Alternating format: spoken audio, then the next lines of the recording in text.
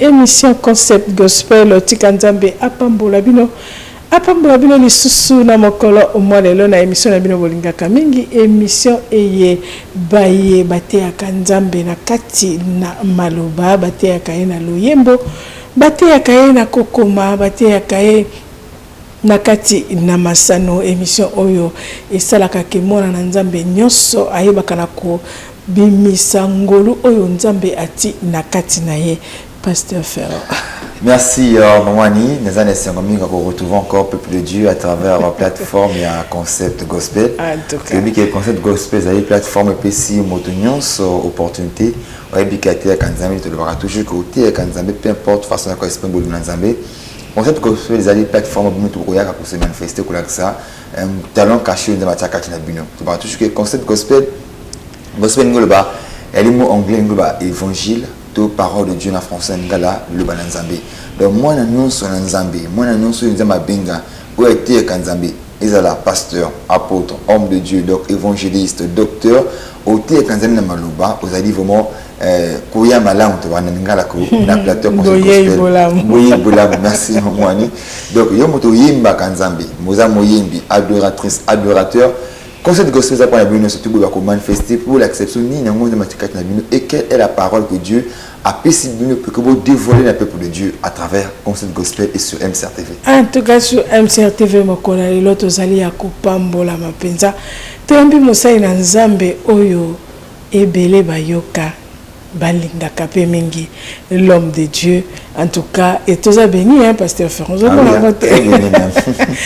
d'accord le matin se présenter pour boyer bien déjà tu as mis pasteur Congolo na plateau na biso émission concept gospel yende mo colonelelo akoyeba na kolobela biso na Italie évangélisation batebele ba mona ka kitikala pona ba gagneur d'âme évangélisation etikala pona bandimi mike wana makambo kala mais ça la kalisute na place nango na kati ya mosana nzambe mosai na nzambe mbote na yo mbote mamani azana ba veste belé azana ba veste belé poto soki to bito yamba ye lokola moyembi wana vraiment to kende kote mosusu melelo to yambie lokwa we ate akanzambe na kati ya maloba to lobela na o Italie évangélisation mosai na nzambe ya solo likambo évangélisation ezali kotungisa na tango to komi lelo évangélisation kala tozaki komona ba hommes de Dieu ba kosa l'évangélisation par exemple porte à porte ba kobelela na bazando ba kosa la 5 heures mais on dirait ba koli ba changer ba décret quoi. Je commence d'abord par vous remercier pour l'invitation. Merci. Zama pambola binemengi pasteur Mamani mon pasteur Zama pambola. Alors je crois que nous devons comprendre comment les choses évoluent. Oui, bango ke mokili zokola. Ezana ba mapango mosusu batu basoma on a 70 000 francs. Mais les lots commis à 5 millions. Ah oui. Ezala même le pango wana, kaka même adresse wana mais les choses makambo ki voilà. Et sengeli to adapter évangile na lolenge, to changer évangile tene, to adapter yango. Na lolenge ya rythme lelo. Et puis ce qui est sur ça qui n'attend na biso ngali kapé na télévision. Je t'explique.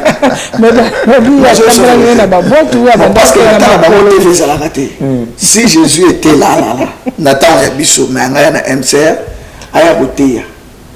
Parce que il a fait il marchait de ville en ville, de village en village. Ça veut dire que il était disponible pour l'évangélisation selon biloko ezalaki ko jima bango. Alors tozo maman kesima.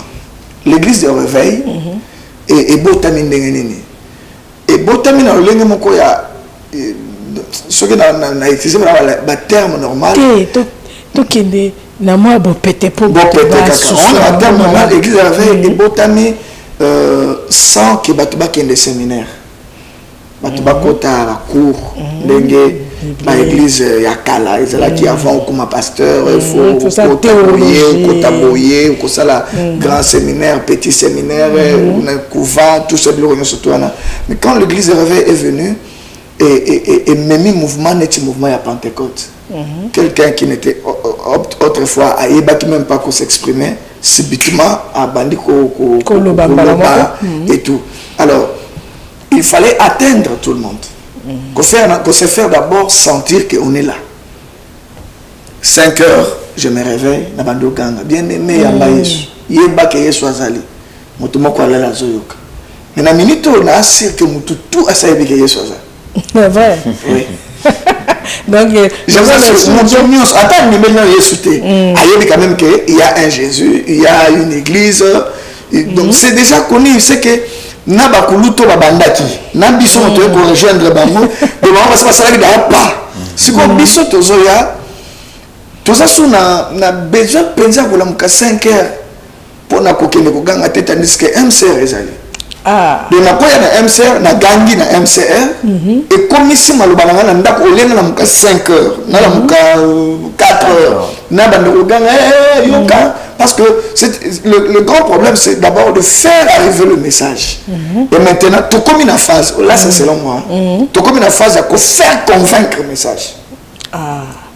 Voilà. Parce qu'il y a des étapes donc d'abord présenter et convaincre les gens à consommer Jésus. Namoni bando kota siko lobi présenter et convaincre. Est-ce que qui n'a koyebisa biso nani évangélisation ezani? L'évangélisation premièrement ezali na mukanda ya Matthieu. Christ a donné la mission à tous ses disciples qui étaient là avec lui mokolo ya komatanaye. Alobi que allez. On est une mission générale. Une mission générale. Et na rectifié moké likamoko cholo bana ke c'est comme si on gagne ba ame comme likambo ya ba batamike. Non, tout le monde gagne les âmes. Après je vous dis tout le monde, même s'il ne le fait pas, que je suis venu pour gagner l'âme. Le fait seulement qu'il parle de Jésus, c'est un gagnant d'âme. Tout le monde, même Nzembo Beta, Bit na Mozaka Kako, pour gagner âme, peut édifier âme, ils ont déjà gagné. Bon, est-ce que quelqu'un a connu ce but il y a évangélisation? Évangélisation, c'est. Mais l'évangélisation, c'est ça même le socle de l'église. Une église qui n'évangélise pas, c'est une église où on va comprendre, ou va comprendre. Donc, non, mais je dis bien que Koganga, système de Kogongwana, mais base c'est ça Kamoko.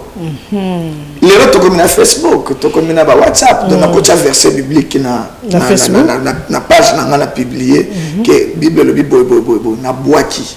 Batu nyonso bakotanga verset wana. Na évangéliser bango. Na rosé bango. Merci pasteur na kimeko lebisi kasko na na momo ga tirenga biki. Comme maintenant eux moto ebikinza mazalaka. Ceux qui moto ebikinza mazalaka pourquoi encore parler sur l'évangélisation? Parce que les années tu moto ebiki pas dentifrice bo ezali. Maintenant nous sommes montés. Maintenant il faut convaincre c'est que pas dentifrice. Ils ont bien ma casse pour la somba. Ah, quand on a gagné, il faut convaincre à son bambou. Télévision Boezali, Marc Boezali. Maintenant, il faut convaincre Moutouana que Marco est bien et alors, si vous pouvez voir comme Jésus après, d'accord, pasteur, dans notre épisode, on a toujours l'évangélisation. Et là, on a occupé quelle place dans l'église? L'évangélisation commence, c'est d'abord des titres phares, il y a Moussala Nzambe. Quand on parle de l'œuvre de Dieu, c'est l'évangélisation d'abord et perdre le troupeau. Ça veut dire gagner d'abord le troupeau, comme on a un pâturage c'est l'église, et comme on a collé ça, c'est-à-dire entretenir le troupeau dans les âmes. C'est pourquoi, aux hommes de l'église, il faut une adresse, il faut un local. Il faut un kiti, il faut un former, ça veut dire battre au beau gagner. Or, au cours de la perdre le troupeau, tu as gagné. Donc, je me suis dit,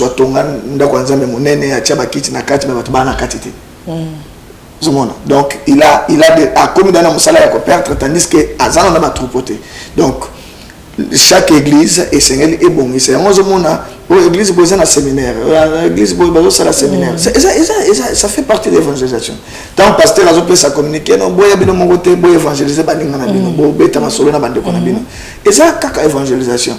tango tozo leka na télévision et ça évangélisation tango tozo sala ba campagne libanda tango tozo sala ba séminaire tout ça ça fait partie il y a évangélisation donc et ça mosala ya yambo ya missionnaire nyonso parce que tous nous sommes des missionnaires mosala ya liboso ya mosala ya nzambe nyonso c'est d'aller gagner les âmes et de les ramener dans l'église. C'est pourquoi le Christ nous a il a laissé au moins 5 ministères pour s'en charger. Dans mon salon, pour gagner, il y a un soco là-bas, il y a enlèvement. Tout prêt est disponible. Voilà, tout le problème. 06 602 75 44 06 602 75 44 Kobengate, pardon. Mais comment SMS na yo question na yo zanango pour pasteur à répondre na Italie évangélisation. Donc le problème de Dieu lobby que 5 ministères ezawana pour na ko petre ba brebis ko évangéliser mais to comme constater remarquer c'est vrai que le biba moyen à ça la moïse mais on dirait ezali sous-souté na ampleur ndenge ezala kaliboso non ampleur ezali wala za constat wala ndenge yo moni mais biso constat na biso to moni que ezali sous na ampleur et puis ezali sous-souté nengo lobi na ba o ya kala na ba o ya sikoyo ba pasteur bolimbisanga moke po ce qui te le biboye et comme mingi va pasteur il y a ba patron quoi tout le bata. Ah oui, les patrons aussi ont besoin du salut hein. Ce pasteur Jean patron, c'est la coutana banenga les patron parce qu'on a quand le sola qui patron on a atteint ba mon père Jésus. Tu as vu patron il y a qui patron mais il y a déjà ça on a qui patron ils en a 4 makolo. Mbongo, relation mituka na mapango. C'est la mitose pas. Comme patron de ce aso évangéliser ba master na niveau on a bato na bana besoin salut tant mususu akokuta na 3 personnes andimisi bango Yesu nanga na ndimisi 100 personnes biso tout au salut musala ah bon et puis il faut y que pour gagner patron ils a passé c'est que tika pasteur ya patron asa musala na ba patron wana poazo moko ba ya l'église c'est que musala salama pas possible. D'accord pasteur, merci beaucoup pour l'évangélisation. Ceux qui tous évangélisé pour Nzambe. Pensez que le diable aussi a été appelé évangélisation pour gagner base. Azama kasi si ezana agent au bazo salama comme précipitamment. Je bolimbisa ngai na lobango et alokola mwasi alinga comme mobile. Au moins la ndinga tambola la fière. Donc aleki fière na mwasi yemoko. Awara mobile alinga comme mwasi. Ça veut donc mobile alinga comme mwasi to mwasi alinga comme mobile. On a azo se comporter akoma la main. Donc azo sala mona excès.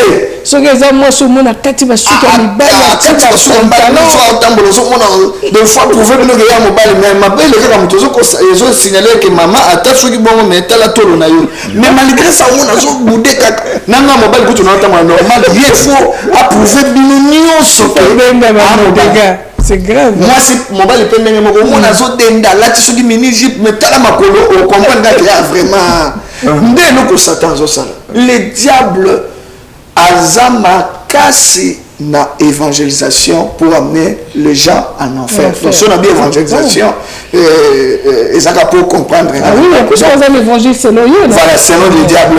Donc azali ko sala nion surtout pour convaincre les gens dans le mal. Et comme la nature humaine ils ont besoin au moins muto asepelaka na buzoba qui est bolam pour muto ya buzoba côté la l'école té na facilité buzoba ko lokota kana coin mais maye le fou onyo kwama faut souffrir faut vraiment onyo ko mola mukaba butu otanga mais pose la ignorant mataka na metu la finika au comment na yo vrai zo batko le diable fait ce travail nuit et jour pasteur nuit et jour moi les autres jamais na concept gospel on le bac Jésus mais tu as comment la télé que vous avez qu'il y a kana satana ko sunga yo comment le diable va na télé pas l'école il y a na satana il n'est pas mort bon la télévision moko kaka mutu moko azo présenter loge là-bas abilo je me faisais les lumières on a télévision satana azo bakeza baza adepte ya diable parce que na journaliste a tourné est-ce que vous reconnaissez qui comme votre roi? Abi Lucifer. Or, Lucifer, il y a comme un ange ou un déchu. Lucifer, il y a comme un malade parce que ça veut dire l'ange de lumière. Alors, l'ange, Lucifer, tu as comme un diable. Parce que tant je crois en lui. C'est ce que faut à part encourager bon Gisèle là il y a dans loge dans loge. Est-ce que mon toi ça la raison peut-être concernant qu'on participer à l'évangélisation pour que tu vas dans également pas dans Satan. Bon au moment le lengo on a ça la macapé des systèmes à bouche à l'oreille. Ba ko tchelo poso établi à mon sala longwe et silio après mon koye ko ipso bon moni ceux qui kaka oye côté na biso biso côté là et c'est l'évangélisation le bien vraiment nga musana ngai na ya kaka côté na biso to zone ici na musala ou komi pe o signer ba contrat na bango ba na bango so silisi lobi moni pe ozongeli musala ta muso pe wa matisi et c'est évangélisation ko sakanate ndesi ko sengeli totala la méthode ni sengeli biso la pasteur totala Nabino bandimi au bosuboza déjà évangéliser bon comprendre que le Seigneur te contraindre batouana alors les ba chrétien Seigneur le fonds la entreprise mais eza les soumete pour ce chrétien font l'entreprise la prospérité l'or et l'argent non surtout et ça c'est dire quoi mais au moins les chrétiens bon font la entreprise et Seigneur les chrétiens bon ça la business et Seigneur les chrétiens bon tenir compte ya biloko oyo l'autre fois te diaboliser OK oyo za nzambete est-ce que lui que kala baba noté pas basale nzambe ba papa na biso ba kulutu na biso que télévision et ça diable na ndako mais beza pe ne bele ya on a ce que la même pas parce que tout le monde a utilisé télé pour évangéliser détruire parce que tout le monde a film à la télé et puis moi évangélisation mais il y a un seul parce que ce qui se colle biso to sali télé na biso té to tiki ka télé ozo détruire biso to sala télé ozo construire té ozo on était que balance exacte et bango ndesi ko bazo continue or ce qui to sali télé to sali entreprise oya ke tozo senga yote avant comment directeur d'entreprise on a au catalogue tozo senga yote avant comment mon cause d'entreprise on a au comment sur PD et que tozo senga là que ça la chrétien ozo mona que siko chrétien on va ko bengisa na entreprise mususu wana akuya na entreprise ya mama ani ako déposer dossier pour dire que wawa à part bible et le mususu réalité mais il faut tomber dans la dimension au moins même na kati ya signe attendre la fin. Je crois ceux qui ont beaucoup pensé un jour sur le temps de la fin. La déjà le temps. Merci beaucoup. Nathan de la fin, Bible c'est même que l'église est causée en bongo. Ah bon? L'église est causée en pauvre penzate. Heureusement. Ah oui. Il faut le peuple de Baye signe attendre de la fin zakate ma belle zika nani batu bakufa et combien non ezapena bat mbongo kokoma ebele mais ma bende za qu'est-ce que ba fo o bakoza na kati na biso bakolinga mbongo mingi koleka siko musala. Ah d'accord. Maintenant c'est comme moyen nini na ndenge to komi puisque to robi kala yeso banda ko tambola hein de porte en porte, de ville en ville, de village en village. Maintenant, c'est que le lingeni ni ba chrétien ba kokina ko adapter évangélisation na tant autres zanango. OK na Facebook na yo, olongoli na babiloko ya ba polémique inutile. Au salaire que par jour tu n'as au moins versé moko. C'est une façon pour toi d'évangélisation. Il y a quoi évangéliser pardon. De deux, ba makamuno ne sur na kati Facebook avec tes amis, va sentir que bien que vous publiez ma camomoko ou ezali na amour na kati excusez amour na kati courage na kati au publier au monde il y a espoir ko boma ba touté kotinda batu na ba propos xénophobe te ya ke kotinda batu na ba la haine na ba kobenda na te évangélisation ni balé parler de Jésus.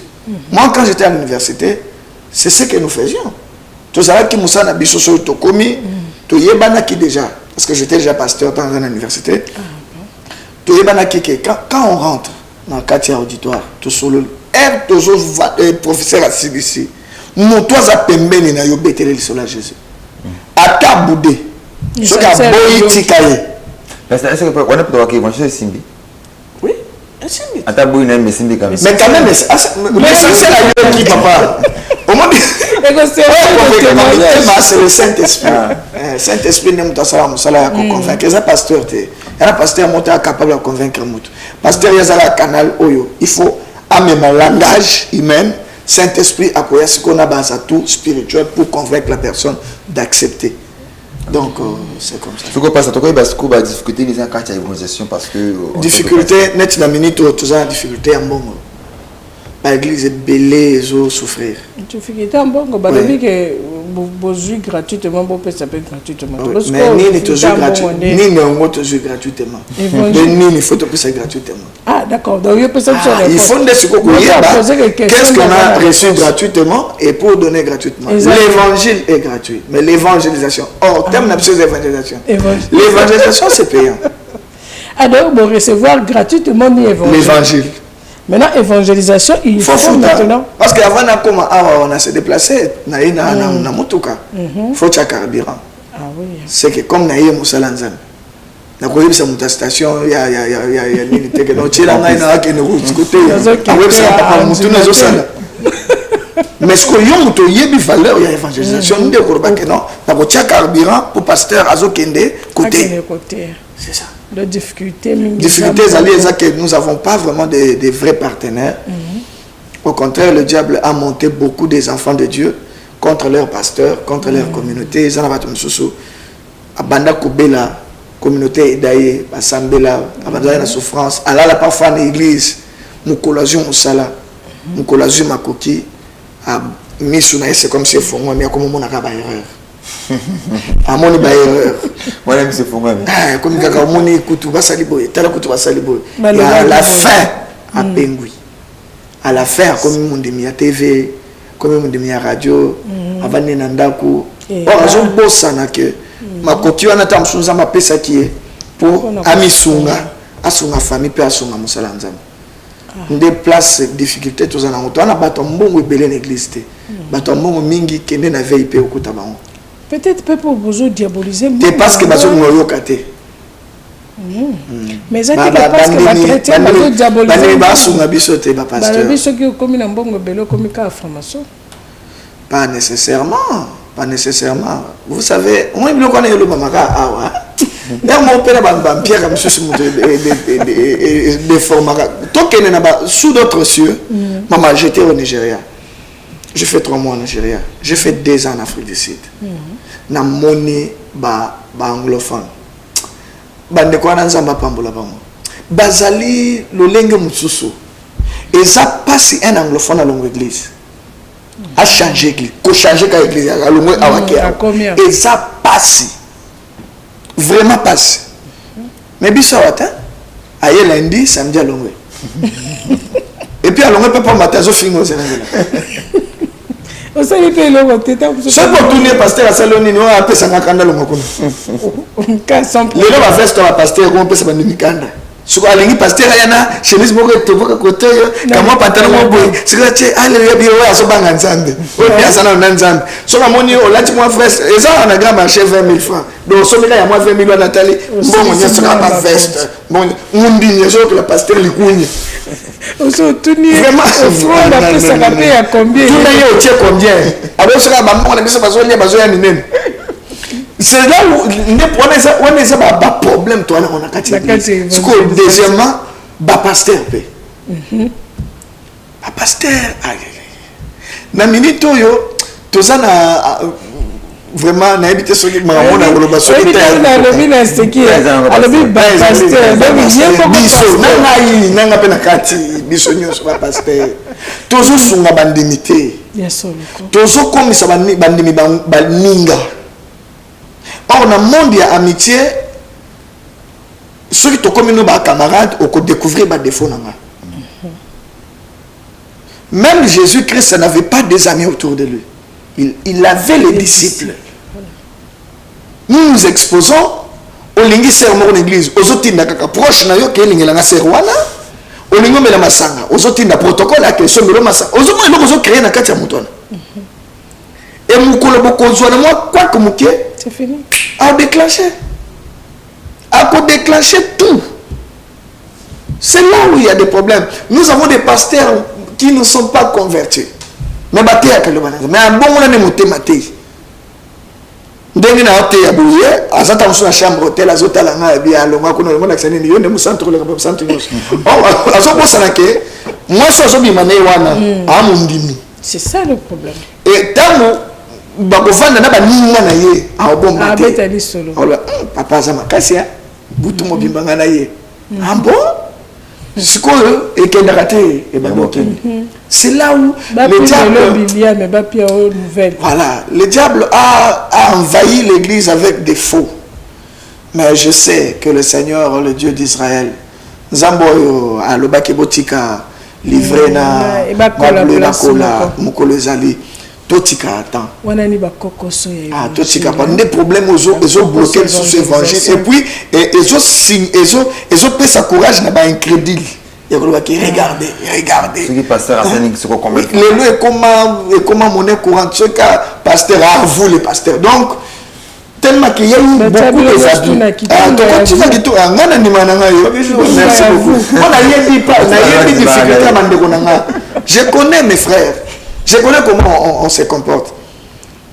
On dit que quand on a des fautes, il est l'homme et la masse. Mais comme on a barré, on a VIP, nous avons servi, on a azor comme solo sur le téléphone qu'on a pasteur. Déjà est-ce qu'on sungaye, est-ce que na suka ya comme la masse. On dit moi na moko avec ça qui ba pasteur mon bakay na boîte de nuit, ba bini butu mobimba.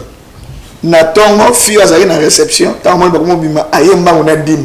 À Foukamina, na sorti à la boîte de nuit. Oh papa, na zo qui t'a envoyé à l'église, dit mais c'est vrai que c'est ça. La pasteur m'a poli. Quit Sili, on dit ça bouton et Sili on a minute. Ah ma fille, que Dieu te bénisse. Non papa, tu l'as le bon. Non, viens à l'église, je vais t'imposer les mains. Est-ce que ça c'est bien que moi ça. On a pas ça qui ma tête hein. Oui, à ça il va bien. On a des difficultés dans biso ce qu'on a kati. Mais cela ne veut pas dire cela ne veut pas dire que toi bon évangélisation. Ah oui. Cela ne veut pas dire que to baby sakaka parce que mon collègue mbele ba baby c'est bon biso to la pongi non, to bunda quand même mukoleza. Oyo Nzambe. Odi l'église aujourd'hui bato belé bazo négliger l'église surtout ce bana état à force. Bela maladie. Munganga ebiso que vraiment je suis désolé que le pasteur que le pasteur munganga comme munganga tinde pas pasteur ndem ko lana ba bulu kana pasteur mon quoi ndem jour wana ko parce que pasteur mon quoi ça là quelque part. Ce qui veut dire que quel que soit faux il y a des vrais et les gens ne peuvent pas se fatiguer. Soutenez les hommes de Dieu dans des prières. Même Paul demandait la prière, priez pour moi. Nous sommes des hommes, mais le problème est que nous avons reçu la grâce. C'est comme si toi, dans la salle, il y a l'école, il y a classe, et il y a chef, il y a des élèves. Mais ceux qui examinent, il n'y a pas de salon. Épreuve, il n'y a pas de salon. Ceux qui ont zuité, la classe, on a bino, c'est que enlèvement, ce qui est salamé, et que pasteur monte à Bongami, il va rester. Donc il faut préparer. Maintenant, comme les pasteurs sont les forces, acteurs. Oui, Nathan, l'église n'est bandée. Le temps Christ est mort, l'église primitive est bandée. De l'église primitive, il y avait torture, persécution à ma casse. Bon, donc, on n'importe quel mot au fur et à mesure, on a battu comme ébélé. L'autorité attend on a l'habité. Toujours pour ma peuple. Ils ont fait cet impact parce que ils ont produit ma peuple. Chef. C'est comme ça que le monde va kanga Jean, va tobola émis sur le bois qui est dans l'île, va kanga Pierre. Mais kuna produisait des sautés. A produisait des sautés. Donc, arrêté presque émission, mais il a vu des choses parce que c'est un homme de Dieu. Bakanga Pierre, Boma, Bakanga Banani, comment on a leader parce que dit que les leaders sont basés par troupeau et effectivement, ce qui l'évangile de Jésus-Christ n'a pas vraiment eu l'impact en Jérusalem. Et ça parce que les leaders est les Kimaki. Côté Bakei, le reste est un peuple. Biso, il y a un évangile que autochtone parce que sur place il y a pasteur bakachomoto il y a pasteur babomio il y a pasteur bakocho prison il y a il y a même des séminaires comment ça là na Israël pour convertir bango. Oh premier bandimio 3000 personnes c'était en Israël. Ceux qui 3000 comment qui fort multiplier mais Israël il y a des chrétiens et belé par rapport à la nation. Mais tellement que les qui va vrai leader, il y a moi, protège tes pasteurs. Cause de un comportement à Jérusalem, tu tues tes prophètes à cause des erreurs, aux prophètes au bon. Les prophètes nous après un siècle, après le siècle, pour souffrir, siècle, donc protège ton pasteur, n'expose pas ton pasteur. Maintenant, pasteur, quelle que soit la difficulté à temps pour l'évangélisation, quel que soit la makambo, le comportement, est-ce que bakoki ko adapter l'évangélisation na temps moderne ou nango? Oui, on peut. Et à les soumoter, les chrétiens basent à la télé, ils les soumoter basent à la radio. La grâce du Seigneur, c'est tous à la radio. Voilà, on a bossé qui a un peu fait. Par la grâce du Seigneur, tous à la radio, Tegra FM, et Ali Radio Zambé. Tout Vandaki, on a compris qu'on ne peut pas aller partout. On a beaucoup de malanda comme on se voit bien ici à Yobima. Mais sur la radio à côté de ah, vous avez raison. Oui, si on a une radio, on a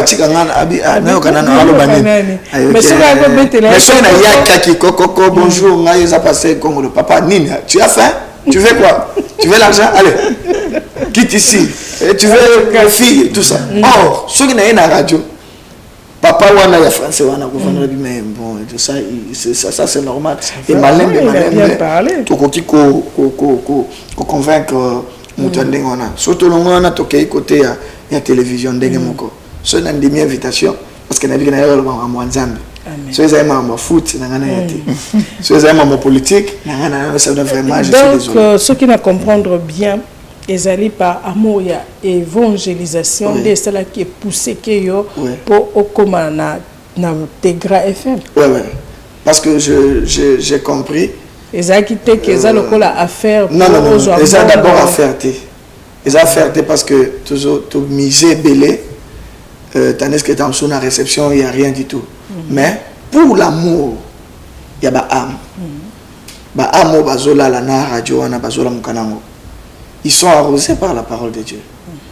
Et ils ont construire encore. Non seulement pour gagner, pour aussi entretenir les âmes. Parce que tous les gens qui sont en église, vide. Donc il faut entretenir. Or, ceux qui entretenir bien,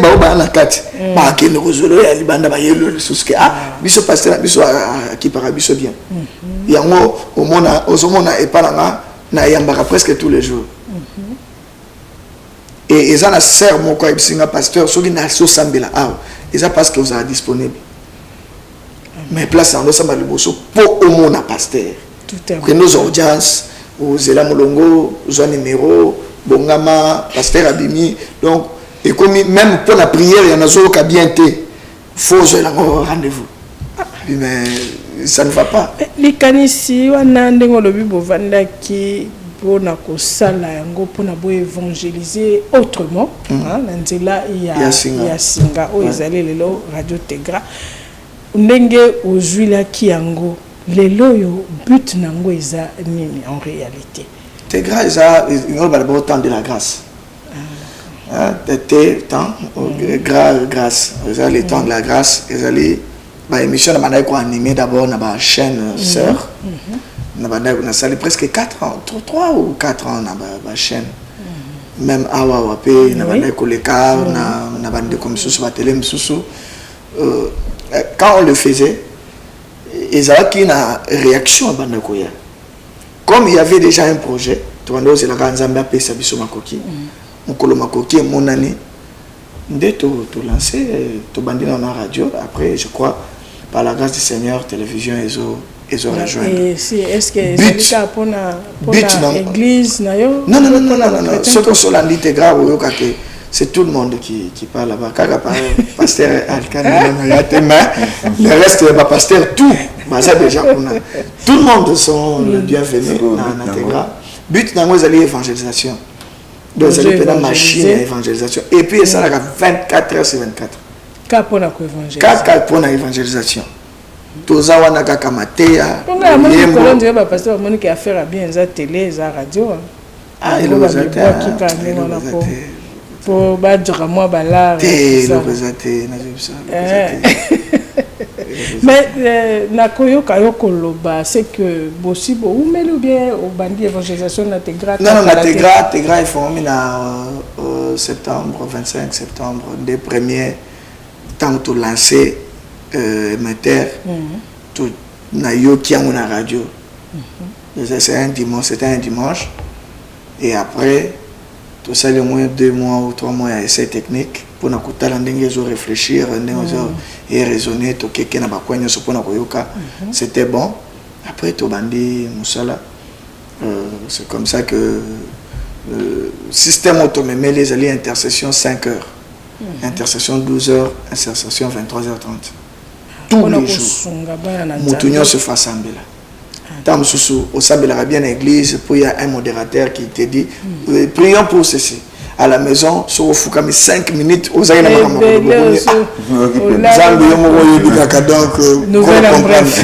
quand il y a un modérateur à la radio qui te dit bien aimé prie pour ça voilà tu vois ça ils ont encouragé parce que tu as au moins 1 heure du temps de prière et il y a des familles nous avons beaucoup de témoignages des familles où il y a commis air de prière tout balamu papa maman na bana prière ici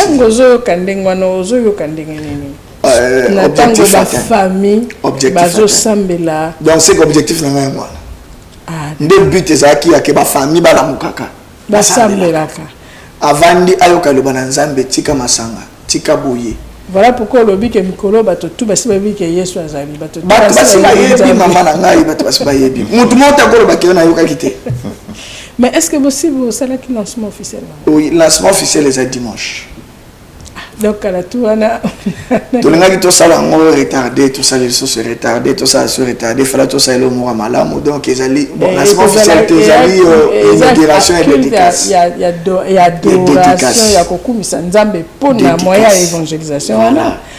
Toujours dédié ngo na maboko nzambe en même temps toujours inaugurer ngo pas ya bakonzi moi mingi bakozala ba invitation je crois c'est tambolé pas ya ba directeur général ba DD ba chef nyonso bazana ba invitation oyo tukokutana bakonzi ba inaugurer ngo ba pasteur ba dédié ngo pa nzambe bon ba fidèle auditeur auditrice ba kembele on est dans la lingala donc pesa on le monia et sima to continuer ça local culte donc adoration ils ont un espace culte oui tous allez na Henri Papa Pichu Mwanza Bella Nyele na maman Godé Bondembe sœur Ophélia Djeli frère pasteur Denzou la sœur Mireille Ngouma équipe ya si je comprends bien que donc ça chrétien tu vas Pointe Nord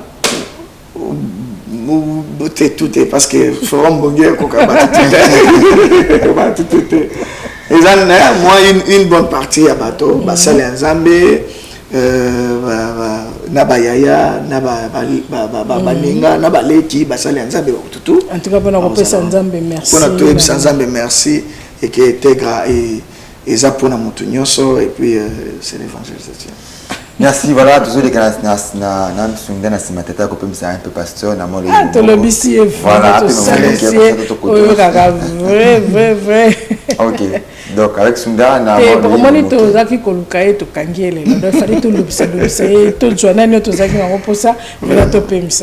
merci beaucoup.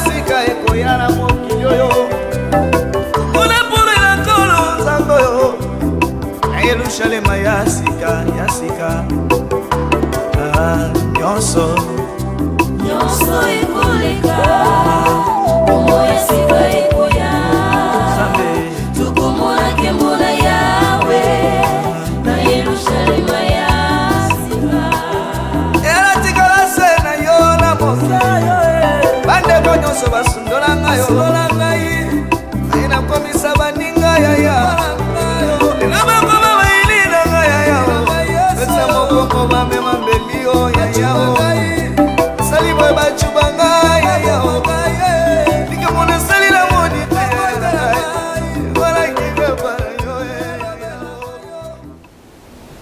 Voilà, bon, tu as retrouvé pasteur na veste Mosusu, ya moyembi, donc il y a évangélisation à l'andeli yango partout. Il y a te akayesu na maloba, na loyembo. Et tu as les sous parties cachées, on a beaucoup découvert yango lisusu. Donc, bolandeli yango ba ke tokozala na ye lisusu pour na cadre ya moyembi. Oya te akayesu na kati na loyembo. Mais à promettre biso côté ya biso na itali temps de la fin. Yom tozomuna kikozana na mbongo eza lisumu itali yo mais akozonga lisusu pona kolobela biso na o itali temps de la fin ba chrétien bakozala na mbongo mais mawa na ba oyo bakokoma ba esclave ya mbongo ayaka su église te souci ne kaka mbongo na mbongo l'homme de Dieu to komi vraiment kokoma na suka ya émission na biso ya solo talisi biso tina ya évangélisation ba méthode il y a évangélisation les lots par exemple on dit au mibwaki na kati ya évangélisation na nzela ya radio po okuta ina makama ebele ezali na l'homme de Dieu mosusu azo kende kosala évangélisation sœur wana lobi papa kota na sa malade ye pa koti leur koti ka boye akandi porte suite pour comprendre nous ça il nzamba bima na mbango donc est-ce qu'on changer forme côté de la radio yango vous savez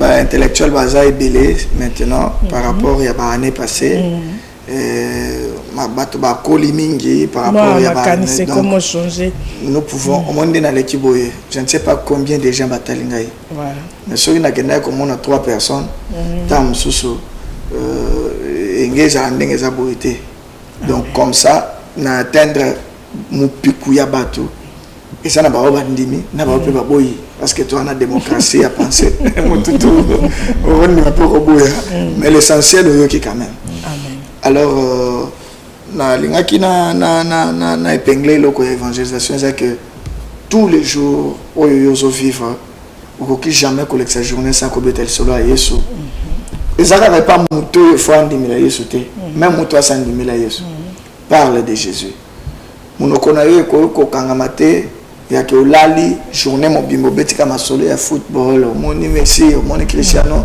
mais okokipe ko beta pele solo ya évangélisation ko beta le solo à Jésus ke botala Yesu botala makamona nzambe et oui botala pe makamona nzambe kotanga pe Bible eza pona ko s'équiper le sous davantage kotala ka pe ba émission makamona on yeza ba mususu atalika ba lo belani mama église azape akelu kamilo mususu faut au messa na mama ke na koyoka kozala ka mbango condamné te po yebi pe mama monte na me mama nzambe te est-ce que vous condamné vous voyez il y a des erreurs yo so yebi erreur na mana ou bien so me mabilo à l'école na église parce que va te belé ba confondaka mayele à l'école na mayele à Bible est-ce que il veut maintenant vous dire vous savez nous quand nous filmons papa oh les amakamuna nzambe nzambe abenga prophète osé akende ko bala mwasi ndumba abotane bala siko soki yo moni yango olobane sana tana biso metozu mabanga biso to landa osé to boma ye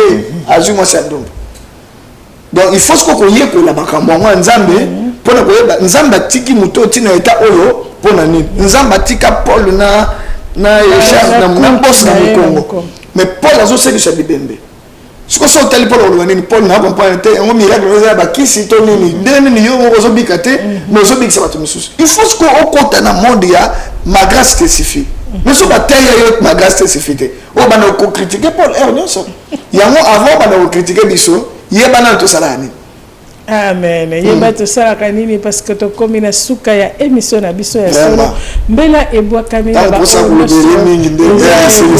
pese lenge mbela ebwa kamina solo nde to suki si émission na biso mo commande l'autre ya mbaki pasteur Kongolo oyo azali moyembi azali mutei azali pe motambusi ya manakama Tegra FM oyo azapé mokambi ya communauté ACK on a vu la Pointe Noire. Donc c'est un homme de Dieu. Oyandimi a pesi na ina oetali évangélisation na modèle nyonso esengeli pona komema bato epai na Nzambe. Ya solo to komi vraiment na suka papa Sunda Mopila salobi esi ekoki. Boti kalamala mobile nyonso bolandi biso ya solo pona kokumisa Nzambe wana na forum Bongi na après-midi. Dimanche, il y a un numéro et un secrétaire. Parce que le droit d'entrée, il y a l'invitation. Pour la invitation, vous pouvez venir à la secrétariat. C'est la sœur Pachi. Elle répond au 05 696 64 64. 05 696 64 64. Et ça, le numéro, il y a secrétariat, il y a Tegra, il y a radio. Donc, au Benga, réserver l'invitation pour la PSA parce que ceux qui portent pour les ya sala Nzambe apambola bino to pamboli ba onyo so balingaka biso basungaka biso Danis to pamboli yango andimi pona ko kofe mama Ani to pamboli l'homme à la face du hippopotame oyo azali conseil spirituel à émission concept gospel to bosanité Frankubi Nzambe apambola yo et Sunda Mopila en tout cas yemokonda simbi yenda ya mokolo ndalelo pasteur. Merci Momani qui va toujours que concept gospel nous répéter toujours les plateformes ya moto ça y est côté Nzambe na koyemba na koloba 06 602 64 44 06 602 75 44 donc 06 602 75 44 on va participer à l'émission Concept Gospel. Benga biso to koyamba pose la vraiment porter pour les points en montu ça ni ati Nzambe toi faire passer la parole de Dieu le peuple va yo cahier pour la gloire de Jésus-Christ. Merci.